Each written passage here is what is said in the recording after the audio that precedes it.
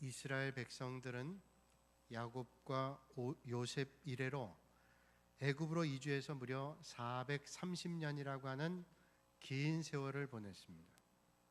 요셉을 모르는 애굽의 바로 왕이 지배를 하면서 처음에 요셉이 애굽의 총리였을 때에는 좋은 관계를 유지하고 살았던 저들이 이제 이스라엘 백성들이 많아지게 되니까 위기감을 받게 됐습니다.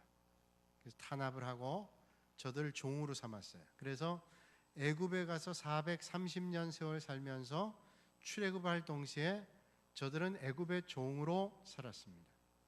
저들이 하나님 앞에 간절히 부르짖고 하나님께서 저들을 굽어 살피셔서 모세를 택해서 바로 왕에게 보내셨습니다. 바로 왕이 이스라엘 백성들을 내보내지 않으려 하자 하나님께서 10가지의 재앙을 내리죠. 10번째 재앙, 장자가 죽는 죽음의 고통을 맞고서야 이스라엘 백성들을 내보냅니다. 하나님의 인도로 이스라엘 백성들이 숫곳을 떠나 에돔에 진쳤다가 다시 구름기둥, 불기둥이 인도함을 받고 비하히롯이라고 하는 곳에 장막을 치게 됐습니다.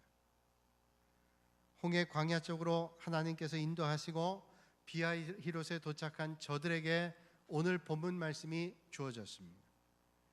이때 바로가 마음을 바꿔서 다시 이스라엘 백성들을 추격하기로 작정을 하죠. 그래서 이스라엘 백성들을 공격하기 위해서 600승의 병거와 수많은 기병들과 많은 병사들을 모아서 이스라엘 백성들을 추격합니다. 지금 이스라엘 백성들 뒤에는 추격해오는 애굽의 병거 소리를 듣고 애굽 군대의 어마어마한 위용을 보게 됩니다. 그러나 앞에는 홍해가 가로막고 있습니다. 도망갈 곳도 없습니다. 그야말로 진퇴양난, 절대절명의 위기를 맞게 된 것입니다. 이러한 현실 가운데 이스라엘 백성들은 마음이 녹아 두려움 가운데 사로잡혔습니다. 원망과 불평이 하늘을 찔렀습니다. 애굽에 매장지가 없어서 우리를 광야에서 죽게 하는가? 애굽 사람들을 섬기는 것이 광야에서 내가 죽는 것보다 낫겠다. 그리고 모세를 원망하고 하나님을 원망하기 시작합니다. 그게 바로 이스라엘 백성들이 만난 현실입니다. 맞는 말이죠. 죽는 것보다는 종이지만 살기를 원하는 게 인생이지 않겠어요? 이성적으로 너무 타당한 말입니다. 지극히 현실적인 말입니다. 그러나 백성들의 탄식 속에서 정말로 중요한 것이 빠져 있습니다. 현실은 잘 봤지만 그들이 본 현실이 전부가 아니라고 하는 겁니다. 저들이 한 가지 보지 못한 것이 있습니다. 오늘 모세가 대답합니다. 13절에 말씀하죠. 너희는 두려워하지 말고 가만히 서서 여호와께서 오늘 너희를 위하여 행하시는 구원을 보라. 구원을 바라보는 믿음이에요. 모세는 하나님을 신뢰하고 의지하고 맡기는 신앙을 가졌습니다. 오늘 우리는 현실을 바라볼 뿐만 아니라 믿음을 가지고 현실을 바라보는 눈을 동시에 가져야 됩니다. 오늘 믿음의 사람은 현실만 보는 사람이 아닙니다. 현실을 보면서 현실 뒤편에서 역사하시는 하나님의 역사를 보는 게 믿음의 사람이에요. 같은 위기를 당해도 그 위기를 이길 수 있는가 없는가 하는 것은 그 위기를 맞는 사람의 자세에 달렸습니다.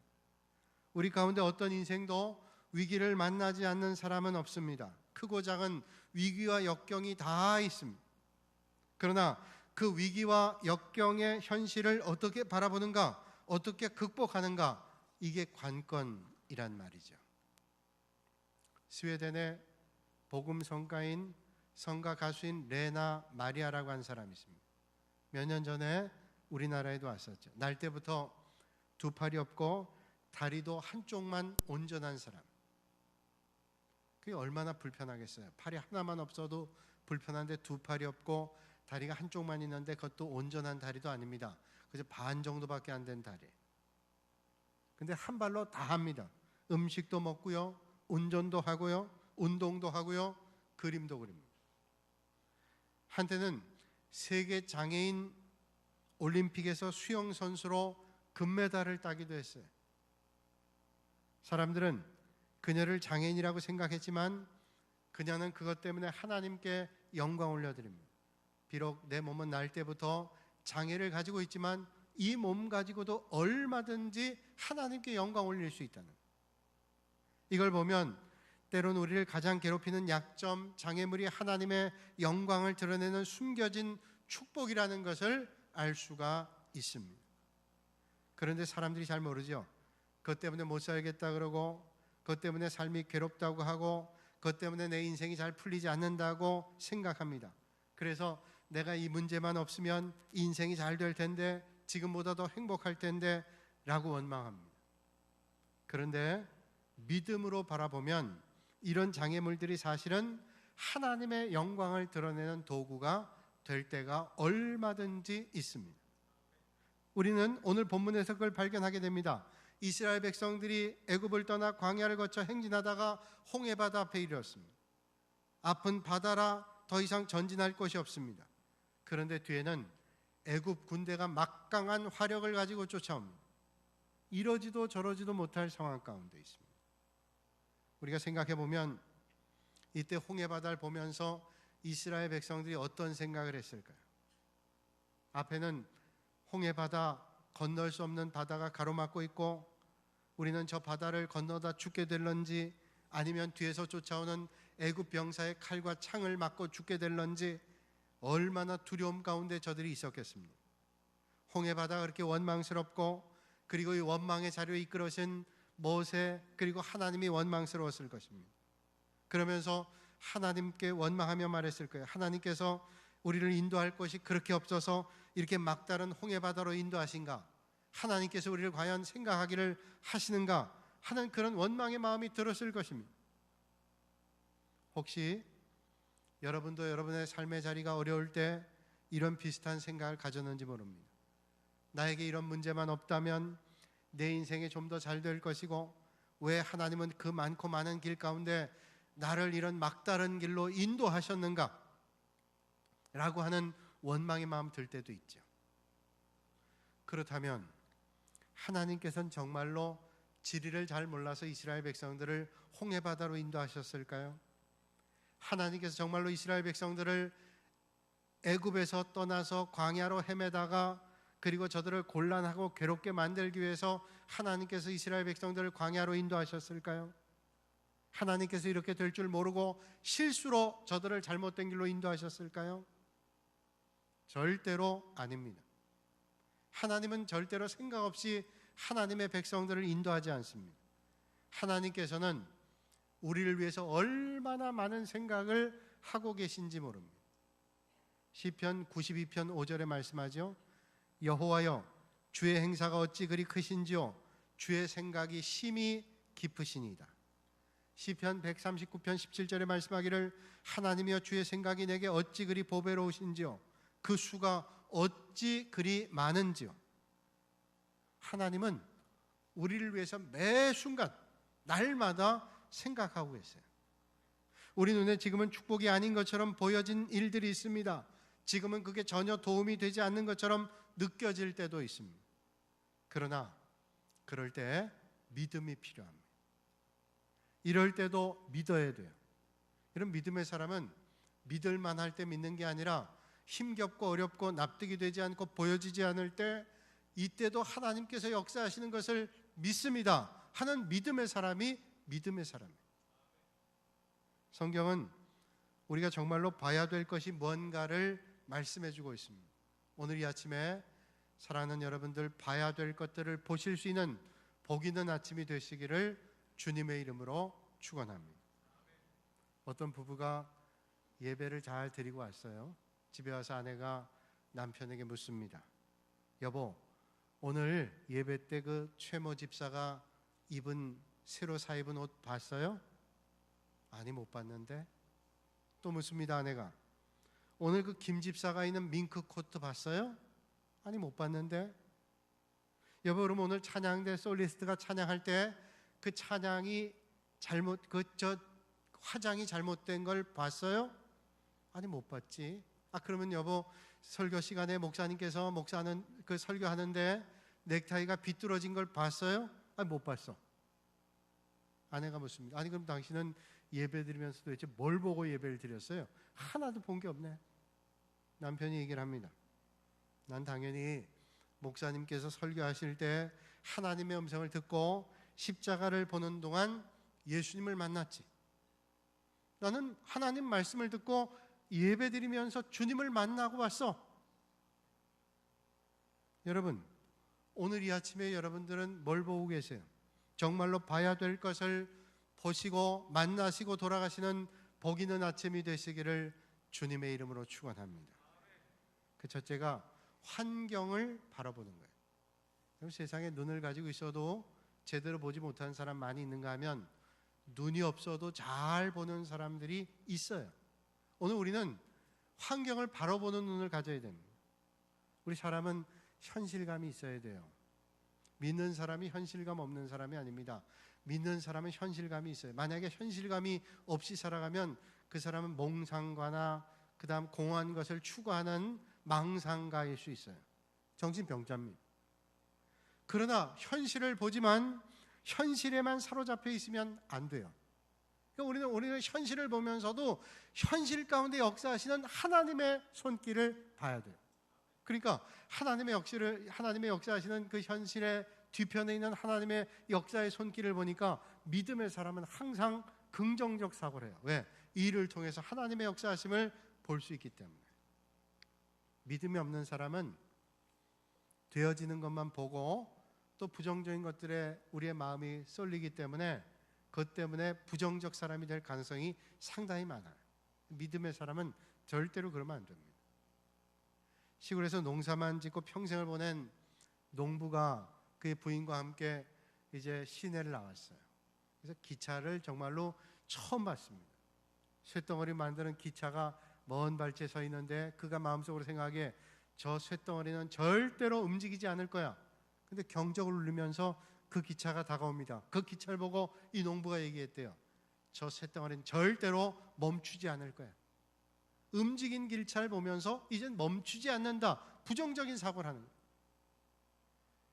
여러분, 애굽의 추격만 보는 게 그겁니다. 그 한 장면이 정부인 걸로 착각해요. 저들이 우리를 쫓아와 우리를 죽이겠다.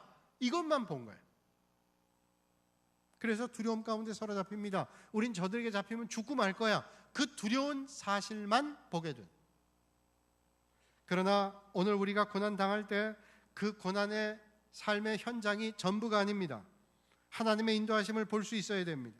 현실을 보되 그 뒤에 역사하시는 하나님의 역사를 볼 수 있어야 돼요.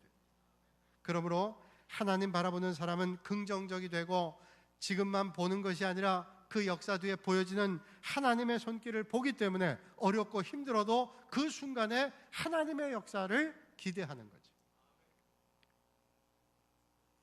서울의 온누리교회에 목회하시다가 하나님의 부르심을 받은 하용조 목사님 계시죠. 이분 생전에 간암으로 수술을 6차례, 7차례를 받았어요. 그리고 일주일에 3번 내지 4번 혈액 투석을 했는데 한 번 가서 투석을 하는데 4시간, 5시간 투석을 했습니다. 정말로 삶과 죽음이 왔다 갔다 하는 그런 자리에 있었어요. 그런데 담대하게 하나님 말씀 증거하고 사역을 끊이지 않고 하셨기 때문에 신문 기자가 찾아가서 한번 인터뷰했어요. 한 2시간가량 인터뷰했다 그래요. 그러면서 그 인터뷰 내용을 한마디로 얘기하면 삶과 죽음 가운데 하나님의 역사를 증거하는 목사님, 그런 주제. 그 목사님께 물었답니다. 목사님, 죽음에 대해서 어떻게 생각합니까? 삶에 대해서 어떻게 생각합니까? 라고 물었대요. 저는 날마다 죽음을 생각합니다. 그리고 죽음을 묵상해요. 그 전에 건강할 때는 죽음이라고 한 것이 먼 거라고 생각도 했지만 이제 날마다 투석을 하면서 삶과 죽음이 절대로 멀지 않다라고 생각한다. 그래서 절대로 죽음이 두렵지 않대요. 옛날엔 죽음을 생각하지 않았는데 이젠 날마다 죽음이 앞에 있다라고 생각하면서 그 죽음이 멀지 않다. 그게 나에게 두려움을 주질 않는다는 거예요. 어떻게 그럴 수 있어요? 목사님 말씀하시기를 저는 패러다임이 전환됐습니다. 우리가 보통 패러다임 쉬프트라고 얘기하는데 패러다임 바뀌었어요. 삶과 죽음을 저는 정말로 이제는 체험하면서 죽음이라고 하는 것은 삶의 저편, 그저 한 걸음 내가 이사하는 거다라고 생각한다는 거예요. 여러분, 이사할 때 사람들이 기대가 되잖아요.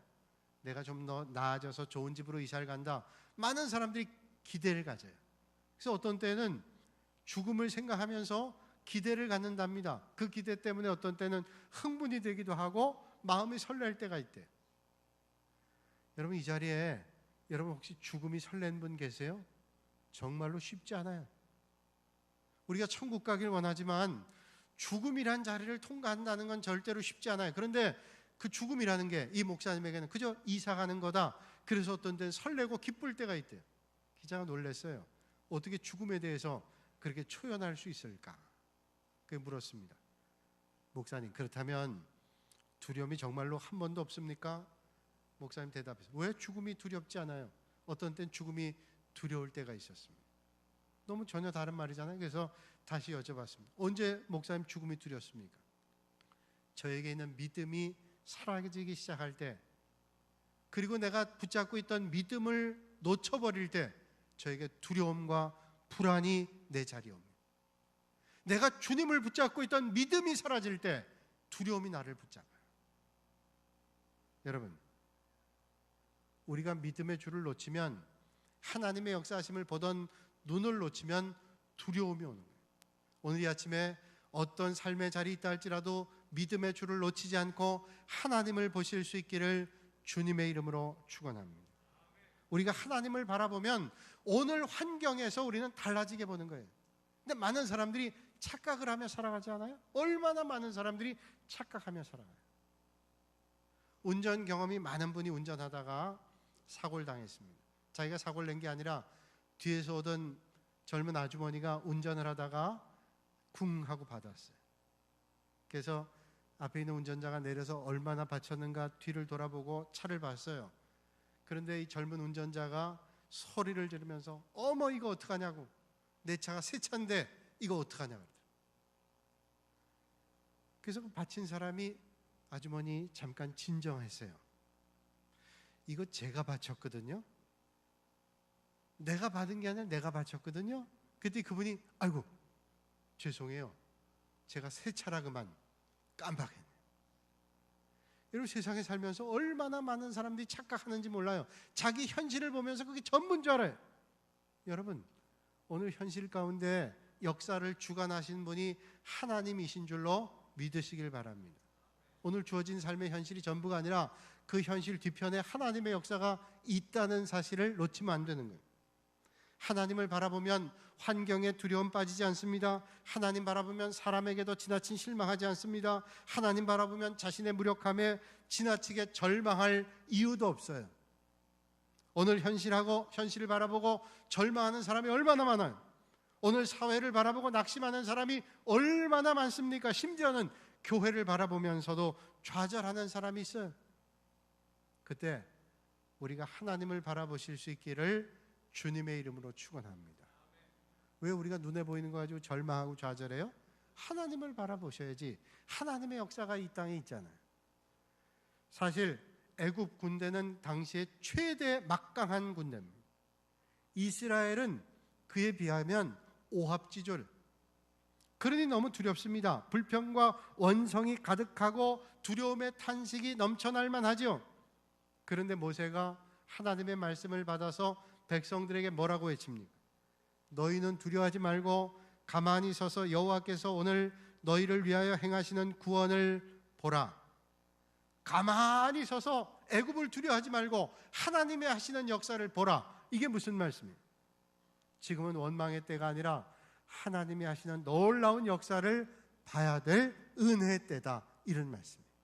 그러니까 현실은 두려움의 때인데 하나님께서는 지금 하나님의 역사를 보게 될 은혜의 때, 역사의 때, 감격의 때라고 말씀하시는 거예요.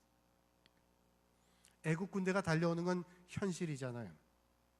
그런데 이 사건이 하나님의 뜻 가운데는 이스라엘 백성들에게 놀라운 역사를 베풀으시는 은혜의 때, 축복의 때, 능력의 때, 감사의 때, 찬양의 때라고 말씀해 주시는 거예요. 여러분, 오늘 여러분들이 만난 삶의 현실의 위기는 하나님의 능력을 만나는 은혜의 때임을 믿으시기 바랍니다. 어떤 가능성도 보이지 않을 때, 마지막으로 필요한 게 믿음입니다. 정말로 필요한 것이 믿음이에요. 이스라엘에게 최강 애굽 군대와 싸울 힘도 능력도 없습니다. 도망할 배도 없고 그 바다를 건널 만한 힘도 없습니다.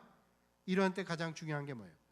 아무리 길이 막혀 있다 할지라도 하나님의 능력은 믿습니다. 이게 믿음이라. 여러분, 인간에게 불가능한 일이 하나님께는 전혀 불가능한 일인 걸 우리는 믿잖아요. 사람이 할 수 없는 일, 하나님께서는 아무것도 아닌 것을 우리는 믿고 있잖아요. 그러면 아무리 홍해바다를 가르고 그리고 뒤에 애국 군대가 쫓아온다 할지라도 이 일은 하나님의 역사를 볼 때지 우리가 두려움과 원망과 좌절할 때가 아니라 하나님께서 인도하셨으니까 그 하나님께서 우리가 알질 못하지만 틀림없이 인도하실 거야. 이걸 믿어야 될 믿음의 때이지 않겠어요? 이제 홍해를 앞에 둔 이스라엘 백성에게 하나님께서 뭐라고 말씀하십니까? 15절에 말씀합니다. 너는 어찌하여 내게 부르짖느냐? 이스라엘 자손에게 명하여 앞으로 나아가게 하고. 왜 부르짖어? 라고 하는 거예요. 그러면서 앞으로 나가게 하라는 거예요. 지금 앞에는 홍해바다인데 하나님께서 지금 부르짖을 때가 아니라 앞으로 나가라고 말씀하고 있어요. 홍해바다 앞으로 나가라는 말씀입니다. 도저히 불가능한 일을 하라고 하는 말씀이에요. 그리고 16절에 모세에게 뭐라고 말씀해요? 지팡이를 들고 손을 바다 위로 내밀어 그것으로 갈라지게 하라. 이스라엘 자손들이 바다 가운데서 마른 땅으로 행하리라 말씀하고 있습니다. 지팡이 내리치면 이스라엘 백성들이 홍해바다를 마른 땅처럼 건너가겠다 말씀하는 거예요. 여러분, 오늘 우리에게 하나님께서 말씀하시면 아마 그 말씀을 행하기가 수월할지 몰라요. 왜? 모세가 홍해바다를 갈랐으니까 오늘도 그 하나님께서 역사하시면 바다를 가를 줄로 우리는 믿어요. 그런데 모세 때에는 이런 일들이 있어 본 적이 없어요. 아마 듣고도 의심했을 거예요. 이 홍해바다를 막대기로 내리치라고 그러면 마른 땅처럼 걷는다고? 그런데 모세는 그 말씀에 순종해서 막대기를 내리치고 마른 땅처럼 이스라엘 백성들이 건넜다는 말씀이에요. 여러분, 오늘도 순종의 사람을 통해서 하나님께서 역사해 주시는 것을 믿으시길 바랍니다.